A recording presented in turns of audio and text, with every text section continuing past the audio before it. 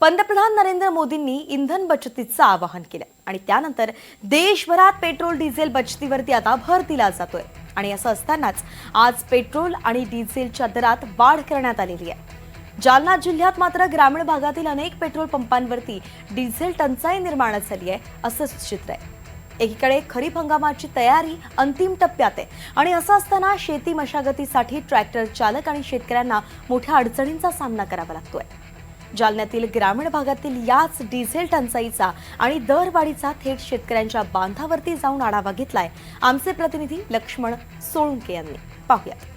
देशात आपण बघू शकतो की डिझेल टंचाईचं संकट या ठिकाणी या ठिकाणी उभं टाकलेलं आहे आणि त्यामुळे आपण बघू शकतो की आता याची मशागतीचे दिवस आलेले आहे आणि या ठिकाणी आपण बघू शकतो की शेतात ट्रॅक्टरच्या माध्यमातून या ठिकाणी कल्टिवेटर सुरू आहे। ट्रॅक्टर चालक सुद्धा आपल्यासोबत या ठिकाणी आहे। दादा, मला काय सांगाल की आता तुम्ही मशागतीचे कामं करताय, नेमकं डिझेलसाठी तुमच्या पुढे काय अडचणी निर्माण होत आहे? साहेब, डिझेलच भेटत नाही। सरकारने सांगितलेलं आहे मोजकं डिझेल वापरा। आता मोजकं शेतकऱ्यासाठी तर मोजकं राहू शकत नाही, काऊन की मशागतीचा टाइम आहे, चौकट कामं सुरू आहे आता। आणि त्यातच असं सरकारने करून टाकलेलं आहे डिझेल मोजकं वापरा की, आणि तर डिझेल तर देतच नाही। ते म्हणते ट्रॅक्टर घेऊन या। ट्रॅक्टर शक्य नाही 25-25 किलोमीटर नेणं, काऊन की त्याला 2 आणि 3 ॲव्हरेज आम्हाला पुरत नाही न्यायला। त्याच्यात सगळ्यात तोटा शेतकऱ्याचाच होणार आहे। बरं, असं पण बोललं जातं तुम्ही दर वाढवलेले ट्रॅक्टरचे, आता नांगरणी असेल, फनाटणी असेल, कल्टिवेटर असेल, याचे दर वाढवले, काय कारण आहे नेमके हे दर वाढवण्याचे? हो, ते वाढणारच ना, काऊन की डिझेलच भेटत नाही। जे भेटलंय त्यात ते करणंच ऍडजस्ट। सरकारने काहीतरी करावं शेतकऱ्यासाठी। बरं, आता जर हे मशागतीचे कामं नाही झाले वेळेवर तर काय अडचणी?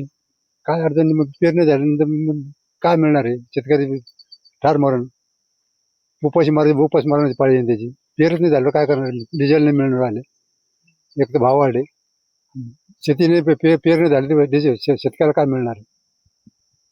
काहीच नाही, अडचणीवर राहण्याच्या। आपण बघू शकतो की या ठिकाणी जे डिझेलचे भाव वाढलेले आहेत त्यामुळे शेतकऱ्यांना या ठिकाणी मोठ्या अडचणी याचा सामना या ठिकाणी करावा लागतो, कारण की डिझेलचे दर वाढल्यामुळे ट्रॅक्टरच्या मशागतीचे दर सुद्धा या ठिकाणी वाढलेले आहेत। त्यामुळे त्याचा भूदंड आता शेतकऱ्यावर या ठिकाणी पडू लागलेला आहे। ट्रॅक्टर चालकांनाही डिझेल मिळत नसल्यामुळे या ठिकाणी आपण बघू शकतो की त्यांना 25 ते 30 किलोमीटरहून या ठिकाणी डिझेल आणण्याची वेळ आलेली आहे। लक्ष्मण सोळुंके, NDTV मराठी।